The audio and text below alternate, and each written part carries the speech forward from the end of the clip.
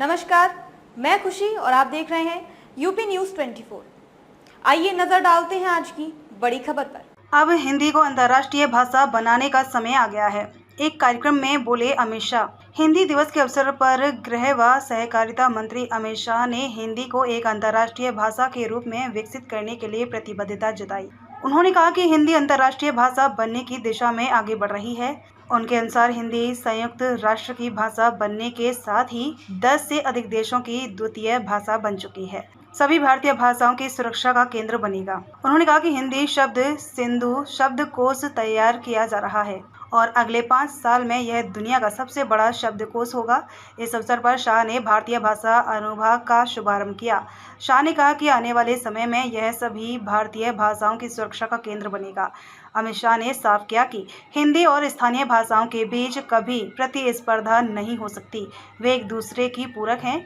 नई शिक्षा नीति में प्राथमिक शिक्षा को मातृभाषा में देने की मोदी सरकार की नीति का हवाला देते हुए उन्होंने कहा कि जो देश अपनी भाषाओं की रक्षा नहीं कर पाते वो अपने इतिहास, साहित्य व संस्कार से कट जाते हैं। सभी भाषाओं के साहित्य, लेख और भाषणों का अनुवाद हिंदी में होगी। मातृभाषाओं को राष्ट्रीय सुरक्षा की अहम कड़ी बताते हुए शाह ने कहा कि जिस दिन हम अपनी भाषाओं को गंवा देंगे उस दिन देश की एकता खतरे में पड़ जाएगी। भारतीय भाषा अनुभाग का शुभारंभ करते हुए अमित शाह ने कहा कि यह विभिन्न भाषाओं के बीच संवाद स्थापित करने का काम करेगा।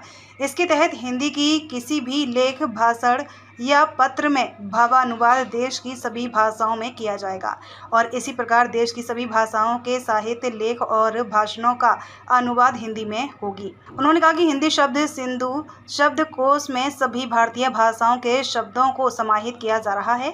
मोदी सरकार के दौरान स्थानीय भाषाओं को बढ़ावा देने की नीति का हवाला देते हुए उन्होंने कहा कि राजस्थान, उत्तर प्रदेश, मध्य प्रदेश और उत्तराखंड में मेडिकल शिक्षा का संपूर्ण पाठ्यक्रम हिंदी में तैयार कर लिया गया है। भारत की 13 भाषाओं में इंजीनियरिंग का पाठ्यक्रम तैयार करने का काम जारी।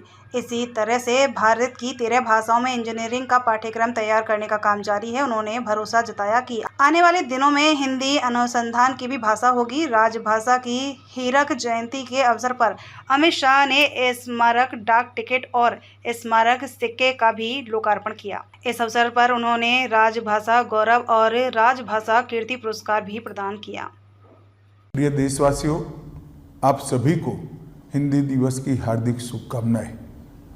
इस वर्ष का हिंदी दिन हम सब के लिए बहुत महत्वपूर्ण है क्योंकि 14 सितंबर 1949 को भारत की संविधान सभा ने हिंदी को संघ की राजभाषा के रूप में स्वीकार किया था। इसका 75वां साल पूरा हो रहा है और एक प्रकार से हम इस वर्ष राजभाषा हीरक जयंती मनाने जा रहे हैं। ये 75 साल की यात्रा हिंदी के लिए, राजभाषा के लिए और हमारी सभी राज्यों की अपनी अपनी भाषाओं के लिए बहुत महत्वपूर्ण रहे हैं।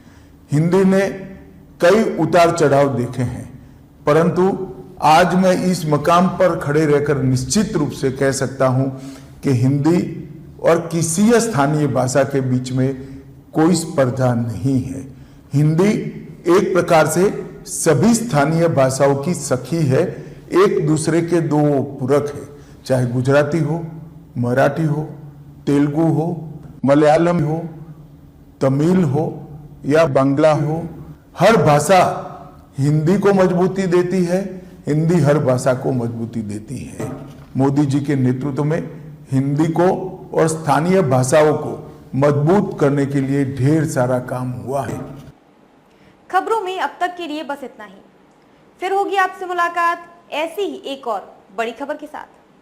तब तक के लिए नमस्कार और देखते रहिए यूपी न्यूज़ 24। ऐसे ही लेटेस्ट अपडेट्स पाने के लिए हमारे चैनल यूपी न्यूज़ 24 को सब्सक्राइब करें और बेल आइकन दबाना ना भूलें, जिससे आपको लेटेस्ट अपडेट्स का नोटिफिकेशन मिल जाए।